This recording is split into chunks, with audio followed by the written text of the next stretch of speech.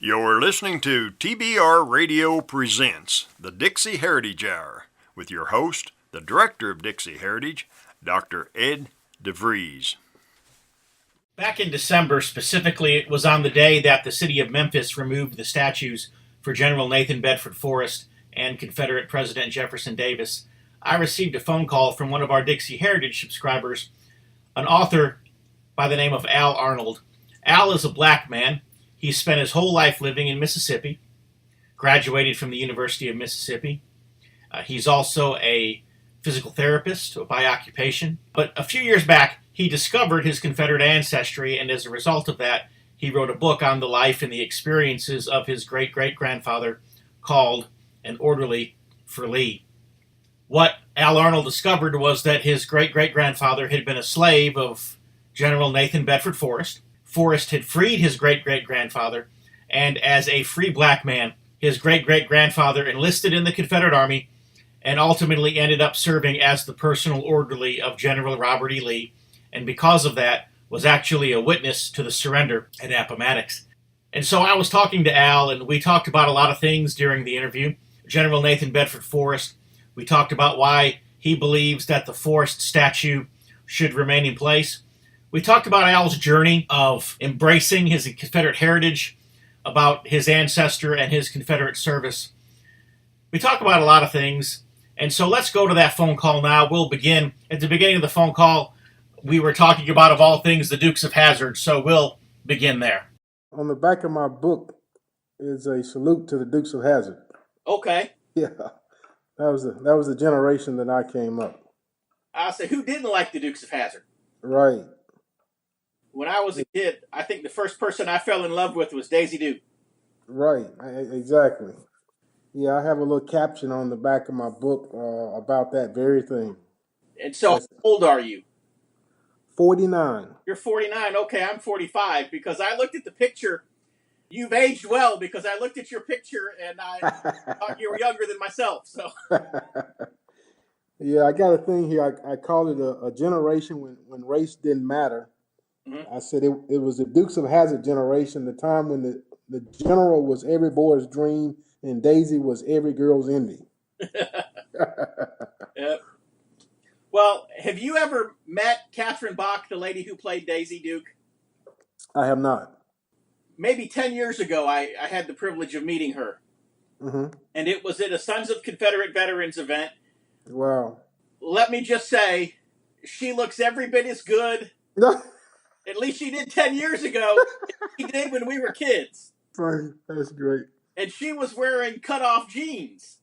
Ellie Mae Clampett from the Beverly Hillbillies did not age that well. God Bless America Again conference is coming to Ocala, Florida, January 26th and 27th. Starts at noon each day at the Southeast Livestock Pavilion, 2282 Northeast Jacksonville Road. It's going to be a time of prayer, praise, and testimony, and some of the best in Christian gospel music. Everyone's invited. Tickets, you don't need no ticket. It's a free event. Call 352-250-1771 for more information. Yeah, I guess you've been in Mississippi your entire life. Entire life. Love the great state of Mississippi. Well, let me ask you this, because I know that you're in tune with Confederate heritage. Right. What do you think about the state flag being changed in Mississippi? Well, I mean, obviously, I don't support it being changed. You know, one of the chapters in my book is on my beloved state and the Confederate, the state flag. So I take a pretty strong position on heritage, what I think it means and what it doesn't mean. Right. So I think it would be a tragedy to change it. I mean, from one perspective, as an African American, I don't want to ever be in an environment where I only see the things that I like. Right.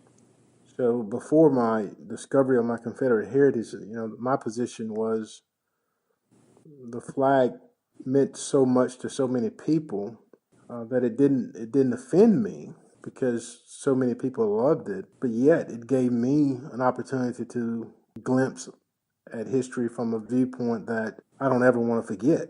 Right. And so one of the problems is when people have been so propagandized, as I call it, to where they want to live in a society where they only want to see things that they like. And so that was my initial thrust of my intellectual thought on it. And I talk about that in the book. And of course, obviously, things became a little bit more personal and a little bit more connected as I discovered my own Confederate heritage and the meaning of what that was all about for me. And so, yeah. Well, I grew up in Chicago, and when you would get to about Effingham, Illinois, you would start to see Confederate flags. Used to call them rebel flags when I was a kid. Mm-hmm. And you would start to see them when you would get to about Effingham, Illinois. And of course, the further south you got, the more you would see. And it was just, as far as I was concerned as a little kid, driving down the interstate, basically it just meant I was getting further south. Right. Of course, grew up there in Mississippi and graduated from Jackson State University. You graduated from the University of Mississippi. Of course, I know the University of Mississippi has a lot of Confederate heritage in its tradition, or at least it used to. I know it's purged itself of those things, but when you were a student at the University of Mississippi, did you, and the reason I'm asking you this question the way I'm asking it is because I know you've heard what we're hearing, be it on CNN, be it, reading pieces in the Washington Times or the New York Times or any of the mainstream media outlets. Students at the University of Mississippi, students of color in particular, are saying that they feel violated, that they feel personally attacked, having to look at the state flag, or that the Colonel Reb mascot was somehow personally offensive to them. When you were a student at the University of Mississippi, did you have that sentiment, or was it, what was that like for you, I guess is what I'm asking. Well, first thing I need to make sure that I clarify is I graduated from the School of Physical Therapy, which was not on the main campus. Okay. But it was very much still the University of Mississippi, in that the only medical school in the state where a lot of the medical degrees are awarded, including the degree of physical therapy, is in a branch in the capital city of Jackson. So with that being said, that gives you a little context. My college experience was largely from a historically black college to an all-white experience at the University of Mississippi Medical Center, which, again, flew under the banner of the University of Mississippi. I was the only black male in a class of 42. And I had a very good experience with my classmates. I had a very good experience with my professors. And I had a great journey. I talk about in my book of only having one racial experience that I would consider to be a racial experience at all, but I had quite a few of those at Jackson State in a historically black college, so I didn't count that as a negative. Largely, in some regards, we were discouraged to go to the University of Mississippi from those who felt like the university did not represent beliefs that were allowing us to matriculate successfully through the school. Some professors, some students who may have had a bad experience, but overwhelmingly, I just didn't find that to be the case. And I did have a great opportunity to fraternize with a lot of fraternity brothers who were at the University of Ole Miss in Oxford. And the fraternity that I was in, we would gravitate to all of these different campuses. And our college experience was not gripped in the racial experience that we have today. We shared a common fraternal bond with multiple fraternities on multiple white college campuses among my black fraternity. My generation, I think, was just a little bit different in that regard. But no, I didn't have that experience. I was at the University of Mississippi Medical Center for 2 years, had a very good experience, had very good professors, and successfully graduated from the college. And so I found out that a lot of stereotypes about the university was just not true when I got there. And so, right. Yeah, I think that's the thing that I talk about a lot in my book is, having contact with people helps to dispel a lot of myths that are out there. Were you a college student before or after, or during the process of, in other words, time frame? Was your college experience before or after you had discovered your Confederate ancestor? It was very much before. Okay. Yeah, very much before. Okay. And so Um, at that time, being someone who was not yet in tune with their Confederate heritage, for example, if you went to a football game and saw the Colonel Reb, running around, or you saw the battle flags waving or the playing of Dixie at the football game, did that have any effect on you at that time, or no? well, I was very much from a college student indoctrinated at a historically black college. Okay. My my college experience, I would say, was largely black. But needless to say, I've grown up in Mississippi all of my life. I was raised practically an hour away from Ole Miss and about 45 minutes away from Mississippi State. And so I'm very familiar with the cultural norms of the state and all of the Colonel Reb and the Rebels and the football and the Dixie. Those are things that, again, even when I was in a historically black college, those were things that just didn't get me riled up. Okay. I mean, I don't ever remember being at Jackson State at a predominantly historically black college in a black fraternity ever having even the slightest conversations about these things among students. These things were not our primary concerns. We were told by some professors, again, some students, that school was not for us professionally, that we would do better applying to other schools.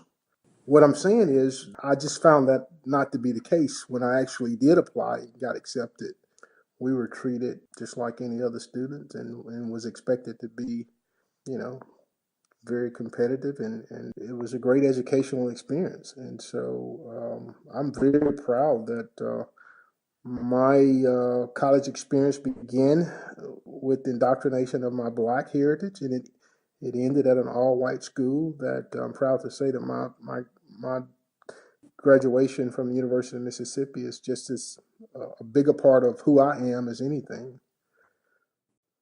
So when we may be getting a little bit ahead of ourselves as far as the interview is concerned, but you talk about your college experience and that being very much an upbringing in black heritage, and of course now we're talking about Confederate heritage, and the assumption is that the two must be exclusive of each other and even in conflict with each other, but obviously that's not the case in your life. Very much not the case, and that's the irony of it all. Is people love history when the narrative comes out kind of the way they like it. History is just so much more dynamic. People are just so much more dynamic than just black and white. I've learned to appreciate that. It doesn't conflict itself at all because it culminates in who I've become and who I am. Largely, I just find that a lot of people are just mad today. Right. And, I'm not a mad person. And so I think that helps a lot.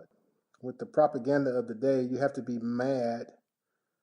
Someone has to be wrong, and someone has to be telling a lie in order for people to feel good about themselves. I just don't have that hang up. Right. Well, I know my personal observation has been that I had no idea that those on the left side of the political spectrum were even capable. I did not know human beings at all were even capable of expressing hatred and just, if this is even a word, vitriolity Yes. to the extent and to the extreme that we've been seeing it since Donald Trump has been elected president. Well, I just wrote a Facebook post on propaganda. No one likes propaganda, in particular when they become victims of it. The only thing that's separating man from his utter depravity of destroying each other is the means to do it. Right. It's, it's not that he won't do it. He just doesn't have the means to do it. And so when you look back over society, you have these great crises of humanity. The common element of destruction always centers around not humanity's willingness to destroy its enemy, but the means and the environment to do so. Right. So I'm not surprised at all. Yeah, hatred is real, and the two-party system that we have in this society is, in my opinion, is a big part of the problem. And that hatred is spewed on both sides. It's just seems so visceral right now to the right because, yeah, the left is really showing its ugly head against this president in all regards. And so, if you love listening to the Dixie Heritage Hour, then I know that you'll love reading the Barnes Review. The Barnes Review is one of my favorite magazines. I began reading the Barnes Review long before they became a sponsor here on the program. In the Barnes Review, you will read vignettes of man, from the prehistoric to the very recent, from forgotten races and civilizations to first-person accounts of World War II and the late Cold War. There's just not a more interesting magazine published today, nor a more significant and important subject than real history. So if you'll visit www.barnesreview.org, that's www.barnesreview.org, you can find out how you too can become a subscriber to the Barnes Review. You can subscribe to receive the Barnes Review by mail, or you can subscribe to receive the Barnes Review electronically in PDF editions. Or you can subscribe to receive both. That's what I do. So visit www.barnesreview.org and subscribe to the Barnes Review. To move on a little bit, when did you come to find out that you had a Confederate ancestor? so it was 2008 at a family reunion. I went to a family reunion, a large black family up in Northeast Mississippi, and we have a family reunion every year. And this particular family reunion, we had a heritage book revealed, which is a family book. It's a very precious item in my possession of all of the family members in my family that's ever been born at that time. And it's just a chronological history of who we are and very well professionally done. And when I got to the page on my great-great-grandfather, there was a little newspaper article in the book that suggested that he was an orderly for Robert E. Lee in the Civil War. It was dated 1941, and so that article was the first evidence that I saw that perhaps I had someone who was hanging out with Robert E. Lee in the Civil War. I thought it was pretty cool. I'm Okay. an educated man at the time. I love history, loved Civil War history even before this. I just loved history even when I was in school, in high school. So that article opened up my eyes to that possibility, and I began to research to see if I could make the connections. And one thing led to another, and find out that I have an ancestor who not only was with Robert E. Lee, but was very proud of it all of his adult life. How did finding out about having a Confederate ancestor specifically cause you to, I guess you could say, embrace that Confederate heritage? Well, first of all, I'm a Christian. I hold high to my Christian values of the Reformed faith, if you will, understanding big God theology and God's sovereignty, and understanding his sovereignty over history. And it was very clear to me that, one, I wanted to preserve the story for my family. That was most important because this person was a very prominent person in our family. He was my grandmother's grandfather, so she was very proud of him. And she always kept him before us, so we knew who he was. We had this photo of him that we had looked at all the time as I was a little kid growing up. He wasn't somebody that was so distant from us that we didn't know who he was. He was Papa Turner to us.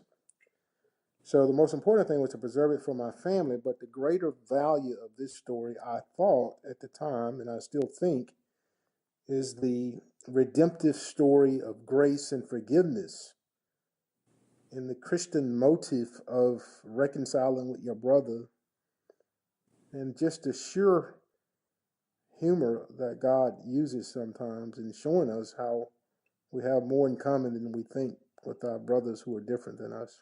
Right.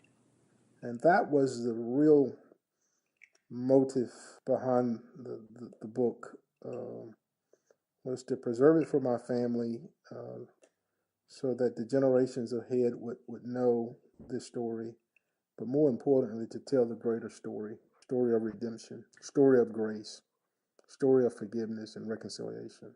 We'll talk about the book here in a minute, but before we do, I want to ask you one more question, just something that I saw on your website.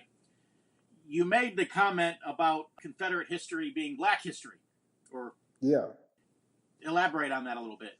Unfortunately, black history has been isolated to just one era of time, from the civil rights era forward. And what people don't seem to understand is that, black history is included in every aspect of America's story, including the history of the war between the states. That era is a period of time where black people were really written out of the history books by both sides, I would say.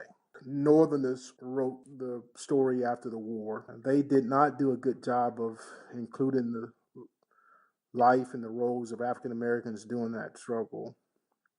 And neither did the Lost Cause writers. So both Northerners and Southerners, in my opinion, relegated the black man to just a slave, and therefore his story in this period of time is not well known.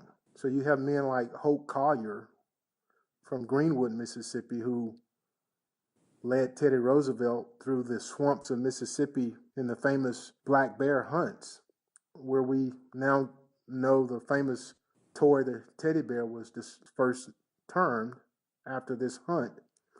Hope Collier was a black Confederate attached to a regiment over in Texas. He was from Mississippi.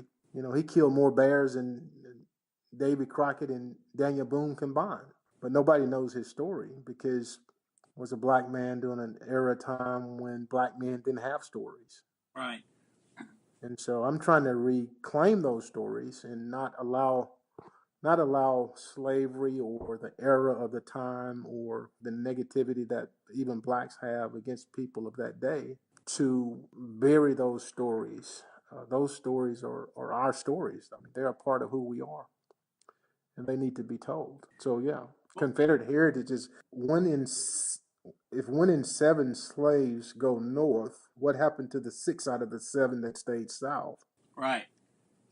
All of them didn't go north. And these men would have made decisions for a variety of reasons to do a lot of different things in a lot of different capacities, including serving and working and aligning themselves with the Confederate states. Well, we have a talk radio DJ here locally in Central Florida, and he got into a little bit of hot water recently because somebody had called him, and it was not myself, but it is somebody who subscribes to the Dixie Heritage newsletter. But he called the radio show one morning, and he asked a question. It was at the time when they were taking down the old Joe statue in downtown Gainesville, if you remember reading about that. Yeah. The radio host, his name's Bob Rose, he made the statement. He said, I know that there aren't supposed to be black Confederates, and I know the Civil War was supposed to be only about slavery. He said, but the reality is that there were black people who stayed in the South. And by the way, Bob Rose is a Yankee. He moved down here to work on the radio show. Mm-hmm. He said, I don't want to get into the whole subject of the Civil War here. He said, but something can't be as we're being told. He said, because obviously a lot of black people were in the South. There were people from another country that came in, that invaded, that they were fighting. He said, and I guarantee that those black Confederate soldiers weren't fighting to maintain their slavery, so the war had to be about something else. Right. Yeah, exactly. I mean, it's people are dynamic, and that's one of the things that we don't give them credit for back then. We want to make things just all black and white and not realize that people were very diverse then, very complicated, just as they are now. Right. Nothing has changed in that regard. And so why do you think it is, for example, I've loved baseball my entire life, coached baseball most of my adult life, played competitively when I was younger. And I look at Jackie Robinson and he's a great baseball player. Mm-hmm. You go beyond even Dr. King, his predecessor was Dr. Vernon Johns. I'm sure that's a name that's familiar. Mm-hmm. And as someone who by profession is a Baptist preacher, I look at a Dr. Vernon Johns and say, here was a great theologian, here was a great pulpiteer. Why can't, say, a young black person, a young black boy, for example, why can't he look at a General Lee or a Stonewall Jackson and just see a great military leader or a great historical figure? Well, I mean, that's kind of how I view. When you say why can't he, that's exactly the position that I had before my coming to understand my own Confederate heritage. I looked at Robert E. Lee as, a man who very well could have served the Union Army, asked to be general of the whole Union Army at the onset of the war. He was just a military genius. So I valued his service and his intellect and even his character as a person of his day, as one of the great men and founders of this country. But one of the things that propaganda does, it demonizes people. It has to demonize. Propaganda does not allow for complexity of thought. Propaganda allows for very simple thought: left, right, wrong, love, hate. That's where the great divide is now. We're seeing the end result of what propaganda does when it's just consistent negative connotations over and over and over. People lose their ability to think creatively. I'm glad I haven't lost that ability. But I did have a very strong love for history too, coming into this story. So, I was a kind of black guy that would go to Civil War shows before, just to go see what the guys had. I just loved it. So I'm going to ask you a question. I'm not trying to put you on the spot here. But before you found out that you had a Confederate ancestor, if you would go to a Civil War reenactment, who were you cheering for? I've been asked all questions, so I can't be put on the spot, right? I had enough common sense to know Yankees had slaves too. Right. They did. That's right. and they and they and I had enough common sense to know that the Underground Railroad wasn't in New York. The end of it was in Canada. Hell, we were trying to get out of the whole country. You see what I'm saying? So I take great pleasure in the man. I take great pleasure in the soldier, in the general. I take great pleasure in the story. Who is this man? What makes him? I had men on both sides of the war that I thought were great men. I mean, one of my favorite was old slow trotting Tom from over in Georgia, who was a Southerner that was a Yankee general. He was, basically disbanded by his family for fighting against the Southerners, but he was one hell of a general. What do you do with a guy like Nathan Bedford Forrest? I mean, here's a guy who wasn't even trained among the generals at West Point, but was a military genius. Right. Of course, I'm sure you know the history. Forrest tried to free his slaves, and they refused to go, and essentially they became his personal bodyguards during the course of the war. Yeah, so I just love, I think that's one of the advantages that I did have is my love for history, and I did have a propensity to study and to learn about the Civil War even before this story. So maybe that helped me. I don't know. It's still been a very difficult thing, if you can imagine. It's still been a very difficult thing, not to embrace, but to write about and to make yourself subject to all kind of scorn and ridicule and misunderstandings, but for the sake of the gospel, I think it's worth the risk. So then, what kind of ridicule or what kind of negative feedback have you been getting then, having written the book? So I get it from all angles. That's the most surprising thing. Don't expect to hear. The natural thing is that they expect I would get it from black folks. I mean, that's obvious. For some people, I don't go far enough for the South. I don't go far enough. And then for the Yankees, sometimes for them, I go too far.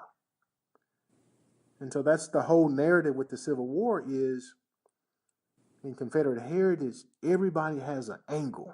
Everybody comes to the table with a story and a narrative, and they don't want it to be altered. They don't want it to be altered. And so I get criticism from a lot of different sources, but I take it on the chin and I move on. But yeah, I get it from all angles. Probably my worst critics are the Yankees. Okay. The Yankee is he is dead set on not allowing Southerners to have any pride, and there are guys out here who loathe the idea of a black Confederate. I mean, they I had no idea it was that strong. I came home after I wrote the book. I told my wife, I said, hell, the war is still going on. She said, what war? I said, the Civil War. The Yankees and the Confederates are still fighting. I had no idea that the animosity was that strong. And so here I am as a black man trying to restore some hope and dignity back to my white Southern brothers. And the Yankee just forbids to allow me to do that. Right. Do you know H.K. Edgerton, or I'm sure you know who he is, even if you don't? I had the pleasure to meet that gentleman one time. Know him. I could say from that one experience, I've had a good time with him. Yeah, I do know him, and I met him out in Texas last year. He and I was at an event together. Quite a character. Quite a gentleman. Because he is definitely a living illustration of the fact that the Yankees will not abide a black Confederate. Yeah, very much so. Do you know another gentleman? His name's Dr. Nelson Winbush. I know of him. Have not had the privilege of meeting him. I understand he's of age right now and He is. Don't get out as much as he used to. And he was, for years, he was the superintendent of schools in the Orlando. Yeah. Yes. And he was, I want to say, the president of the NAACP. Right, he was. Yeah, I'm very familiar with his story. It's not that many of us around, so I think if nothing else, we keep up with each other in terms of if we haven't met, we perhaps have read about each other. So, but I know that was his argument, was when historians and educators would tell him that there were no black Confederates. He said, I know they were because my grandfather was one and he introduced me to hundreds of others. Yes, exactly. Yeah, his grandfather was one. He has a real amazing story. And tell me about your ancestor, specifically who he was, what his name was, and just tell me all about. I knew him as Papa Turner in terms of he was introduced to me again through a family photo. We had this photo in the family for some time, and he had these big buttons on his coat.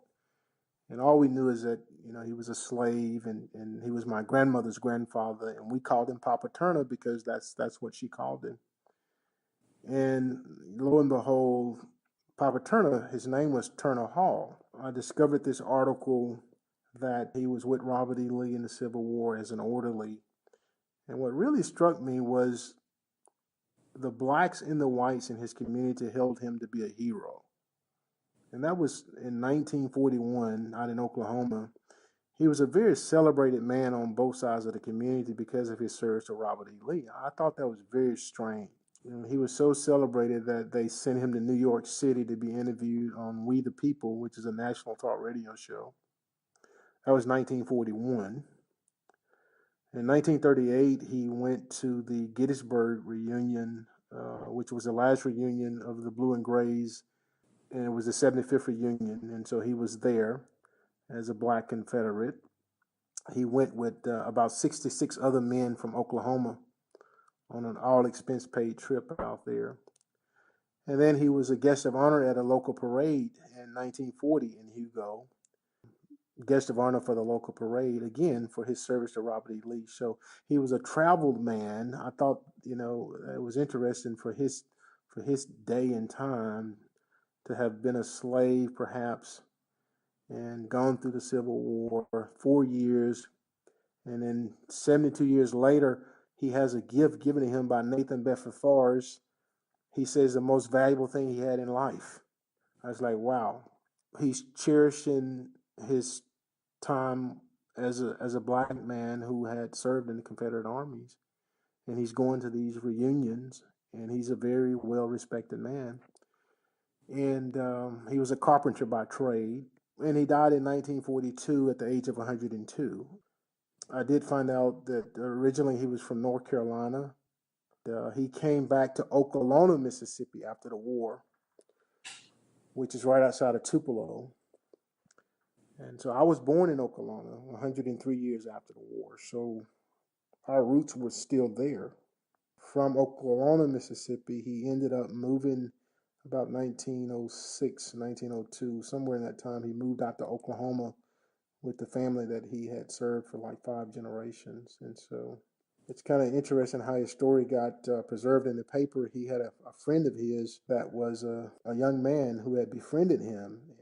And every time something would happen, like a birthday celebration, or he goes on a trip, this guy was the newspaper editor, and he would write an article on my grandfather. And so that's how I largely discovered a lot of his story. You're telling me that your great grandfather, who obviously at the time he moved to Oklahoma was not a slave, he was a free man, but yet he moved to Oklahoma so that he could be with the family that had held him in slavery previously. Is that what I'm understanding? I haven't solved some of the puzzles to his story. I tend to have information to suggest that he was even free before the war. So when I wrote my first book, I didn't have that information. It wasn't clear to me. But as I've done more research in preparation for an epilogue to that book, it's clear to me that he had served his family for over 5 generations, and this was the last generation. So in your book, do you talk about specifically in just your grandfather, or do you also write about the broader experience of black people serving in the Confederate Army and so forth? So the book is about 3 things, and that's a great question.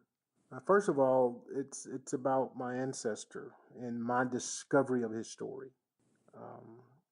I used the articles that I discovered on him to allow people to make what they will of the articles, and so I transcribed these articles in the book.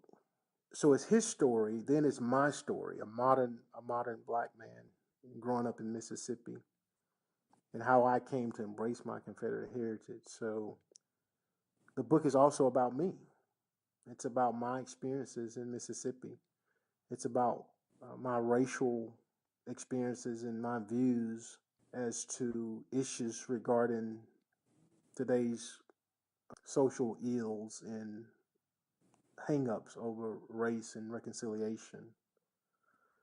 So I take my journey and his journey, and my journey is about me discovering who I am through him, going through a black college, going to Ole Miss, and coming out of this thing as a man that has a newfound understanding of who he is. And then I wrap those 2 stories around the greatest story, which is my Christian faith. So by God's grace, I'm both black and Confederate. I don't have to separate one from the other. I can rejoice in the creative work of God and who I am. If you're like me, and I'll bet you are because you're listening to the Dixie Heritage Hour, you like to be on the cutting edge of honest news and accurate information. You like to hear about the latest financial trends and to know what's happening around the world and right here in the United States, the things that can directly impact you, your life, and the life of your family. And if you're like me, you do not rely on the mainstream media to obtain this information because, frankly, you know that you just can't trust them. Fortunately, there is an alternative news outlet with a long-established track record for honesty and integrity, and that is the American Free Press. AFP is the preeminent alternative independent news source for honest, hard-working, truth-loving Americans. AFP is the antithesis of the controlled, lamestream media. AFP is employee-owned and has been so since its founding. Because of that, AFP never has and never will allow advertisers or special interests or big money to dictate what appears in the pages of the American Free Press newspaper. 26 times a year, the American Free Press newspaper can be delivered to your door, packed with the kind of uncensored news that I know you're going to appreciate. AFP covers the stories and tells the truth that the lamestream media is frankly scared to touch. And AFP offers real, on-the-scene reporting and commentary, the likes of which you will never see in the Washington Post, the New York Times, ABC, NBC, CBS, CNN, or just about any other lamestream news source that you can think of. That's right, there's only one national populist news weekly staffed by an unsurpassed team of veteran investigative journalists who will dare to rip the veil off of many of the major news stories that are being censored and suppressed by the big money controlled media monopoly. And that's the American Free Press. AFP publishes exciting, in depth, uncensored news and information that's grassroots and patriotic, information that Americans need to know in order to combat the growing police state. AFP stands firmly against the New World Order and against those who are working to establish a global plantation under the rule of a powerful few. In short, AFP is your voice. If you have any doubt why they want to silence AFP, you must be relying on the lamestream media for your news, and folks, that's a big mistake. If you're ever dissatisfied with your subscription to the American Free Press, their guarantee is that you just drop them an email and they will gladly refund the unused portion of your subscription.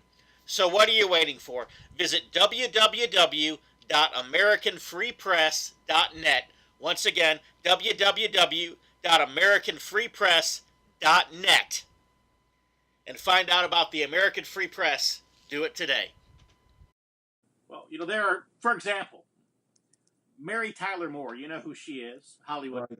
found out that her great-grandfather had served in the Confederate Army. And so she gave money and basically built what is now a museum. Whereas, of course, that was decades ago. Whereas now, I believe, given the climate in Hollywood, and maybe I'm wrong, had she found out that her ancestor was a Confederate, she would probably be on a talk show apologizing for it. Yeah, I agree. I mean, this is the time that we're in. Brian Gumbel found out he had a Confederate ancestor. I'm interested in this story if you care to tell it.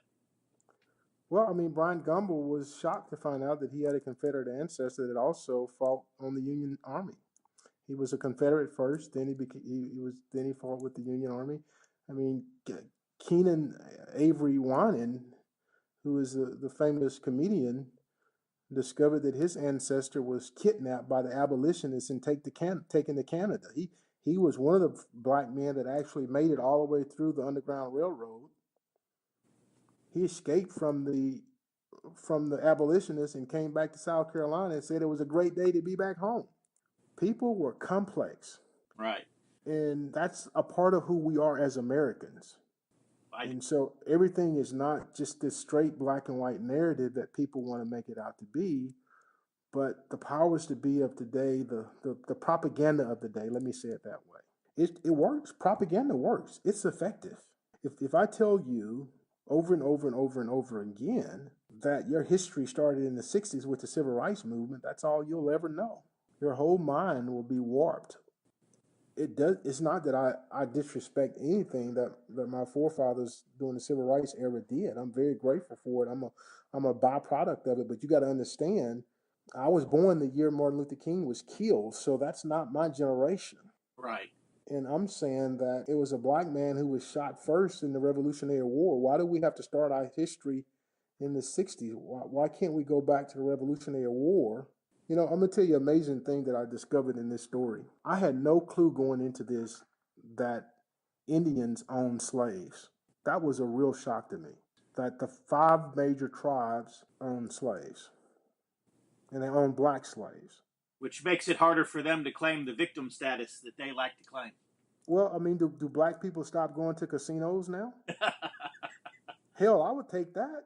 If you want to take down my Confederate flag, I would promote blacks stop going to casinos because it's destroying our families. Hey, I'm all for that. But what does that do to my Indian brother, You talk about casinos. In Lake Charles, Louisiana, this was a number of years ago when I was pastoring in Texas. I used to travel to Lake Charles once a week to teach a college class there. And there were 5 casinos there at the time. And there was a pastor of a very large church in Lake Charles. It was predominantly a black Baptist church. And the pastor went on a personal crusade against the casinos. And he wasn't getting anywhere. And so finally, what he decided to do was, because the casinos had at that time they had a really inexpensive buffet. I think it was like 99 cents, and it had everything on it. It had crab, had lobster, and Yeah. he had 2,000 to 3,000 people in his services on Sunday morning, and he would load them up on buses, and they would go to the casino every Sunday after church and clean out that 99-cent buffet. Look, and they not only cleaned out that buffet, they cleaned out those machines too, buddy. Yeah. Uh, Black churches all over the South are doing that.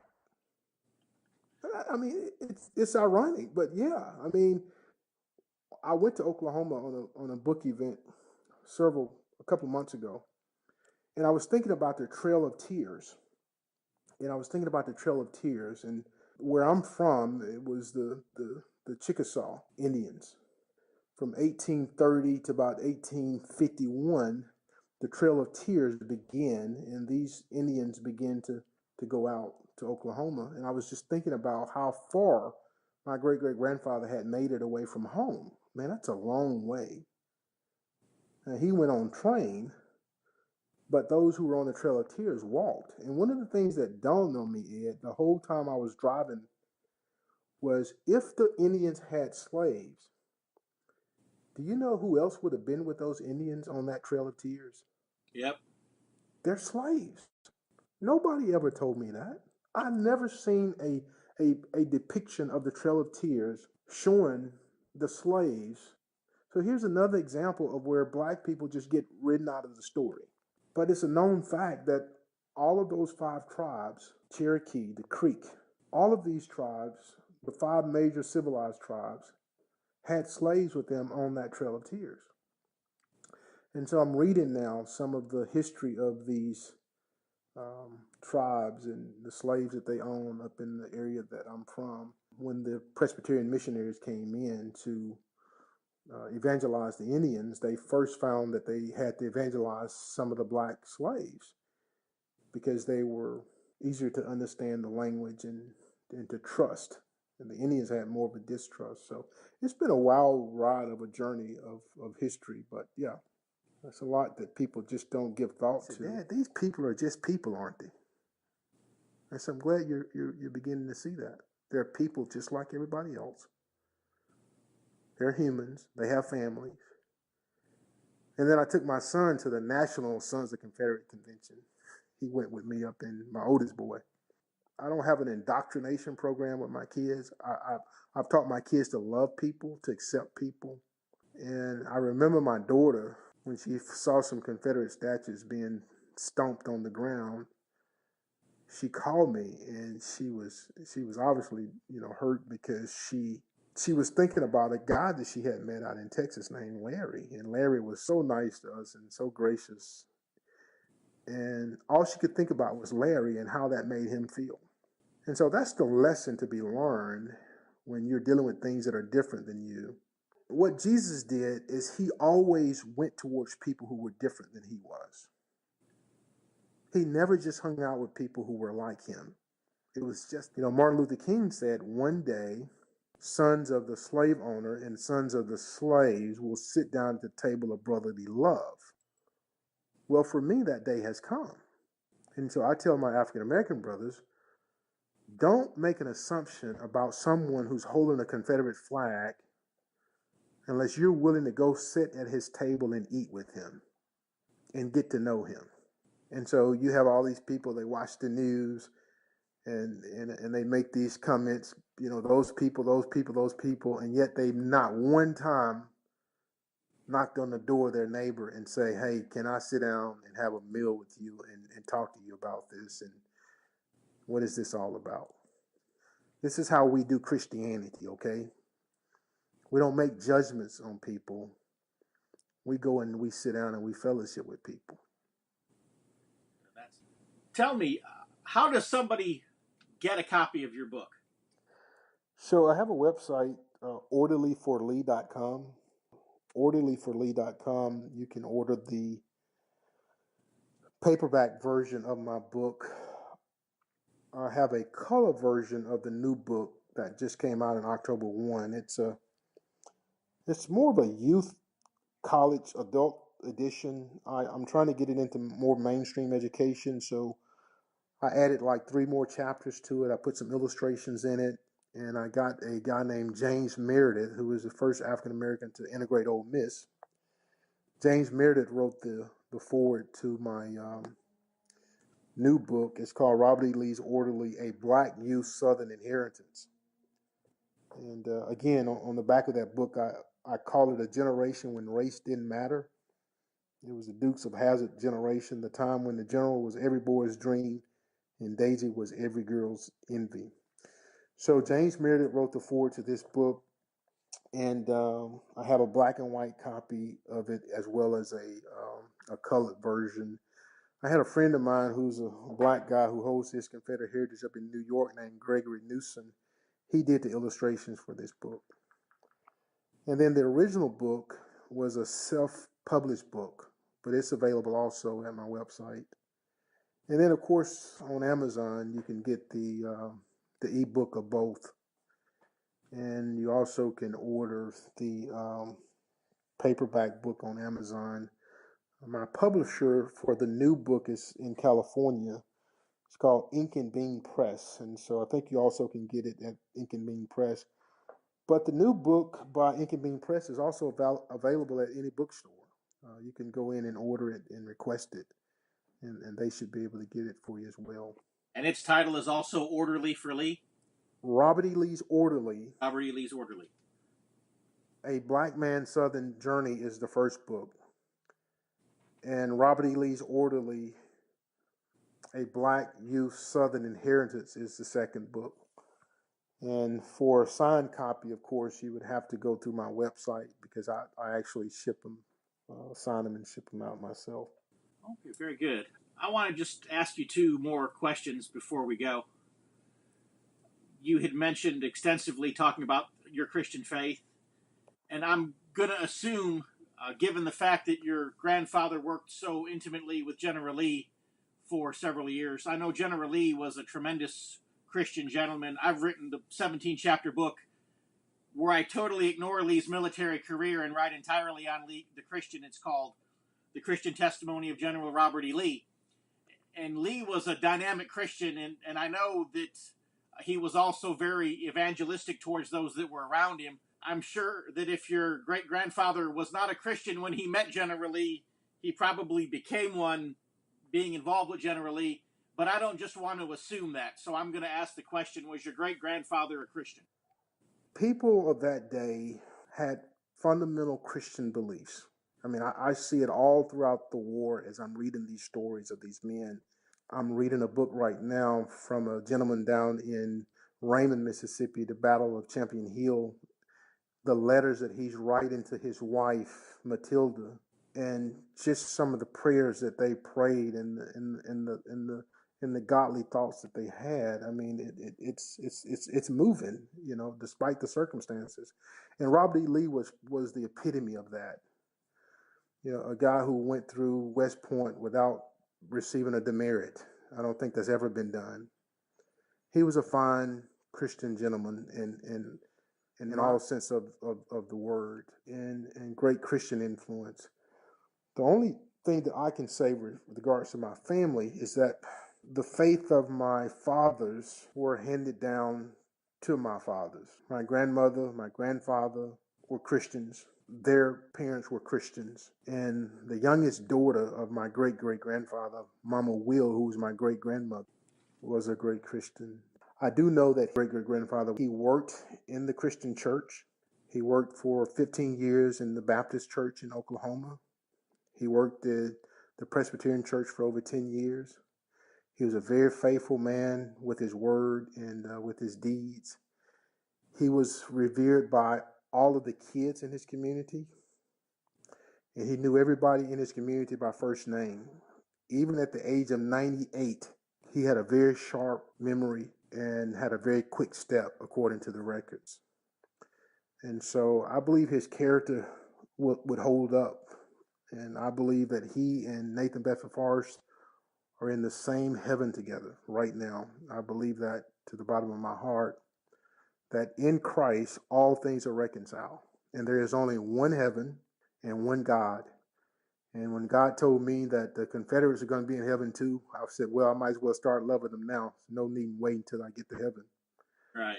And so that's my belief that my ancestor in Nathan Bedford Forrest, who was his slave, he was Forrest's slave at one point. I believe they're in the same heaven. Not because of them, but because of the redemptive work of Christ. Right. And their trust in that. So today, I don't know if you've seen the news or not. You probably have. You know that General Forrest's statue was, to put it politely, illegally removed from its pedestal in Memphis today. Yeah. And what do you think about that? So I think it's a great tragedy. I wrote a Facebook post on my Facebook page, Orderly for Lee, where I speak specifically about General Forrest Monument and what I call the Hitler lights. This is the propaganda.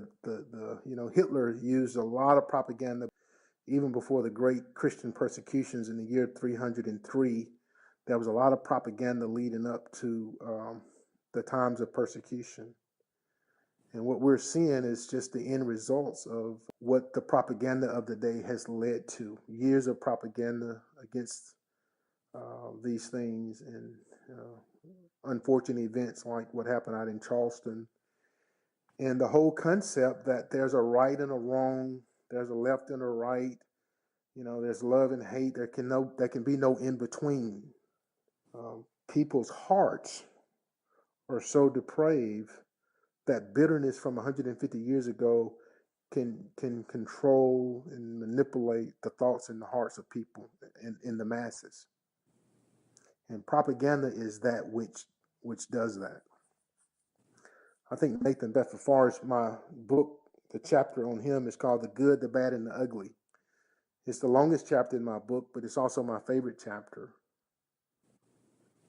And here's where I get in a little trouble sometimes, where, Southerners would tend to make him a saint. Northerners want to make him a devil, and I make him just a man. But I think a great man who you didn't want to fight in the times of war. He was a great general.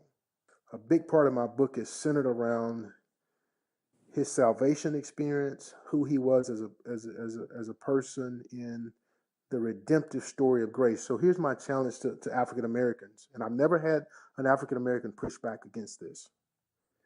If you're going to destroy the statues of Nathan Bedford Forrest, or even take down the Confederate flag, I want every black church in America to never sing the song Amazing Grace again. In fact, I want you to take it out of your hymnal books. Because that song, Amazing Grace, was given to the church at the hands of a slave trader named John Newton, who did not stop trading slaves after he wrote the song. It was like 7 years afterwards before he stopped trading slaves. But the whole beauty of that song is that there is no sin that is beyond the reach of the grace of God, and we cheapen God's grace when we do things like what we're doing to a brother who has been redeemed in Christ. And then we take salvation upon our own hands because we are the ones now who are playing God. So, can you imagine a black church without Amazing Grace? No, I can't.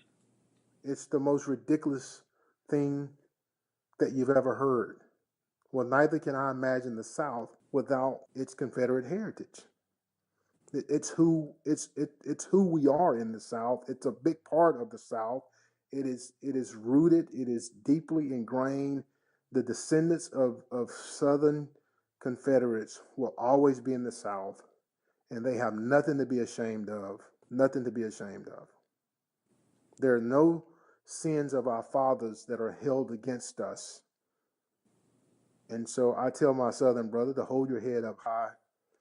Hold to your heritage. Don't be ashamed of your heritage because other people won't hold to theirs. Everybody gets a right to hold to their heritage, but the Southerner. I don't get it. You got gay heritage, you got Italian heritage, you got Mexican heritage. The Southerner is a unique individual just like any other unique people group that God created. So he should be proud of that heritage, and he should not have to be ashamed of it. Well, I definitely agree with you on that, and that's one of the reasons why for the last 2.5 years we've been working so hard with Dixie Heritage. Just trying to preserve, as I know you are, trying to preserve and even advocate for the good name of our ancestors.